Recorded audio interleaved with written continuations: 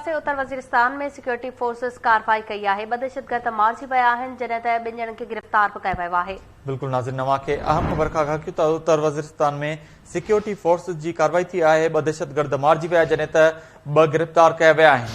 अवां खे अपडेट कयूं त दहशतगर्दनि सां मुहाॾो अटकाईंदे 2 हलकार शहीद थी विया आहिनि। ISPR चयो आहे। ख़बर अवां खे ॾियूं पिया, दहशतगर्दनि सां मुहाॾो अटकाईंदे 2 सिपाही बि शहीद थी विया। शहीद थियलनि में सिपाही इमरानुल्लाह ऐं अफज़ल खान शामिल आहिनि। अवां खे अपडेट कयूं त उत्तर वज़ीरिस्तान में कार्रवाई कई वई आहे। नतीजे में 2 दहशतगर्द मारिजी विया आहिनि। 2 खे गिरफ़्तार कयो वियो आहे। पाक फ़ौज दहशतगर्दी जी लानत खे ख़तमु करण लाइ पुरज़म आहे। ISPR चयो आहे।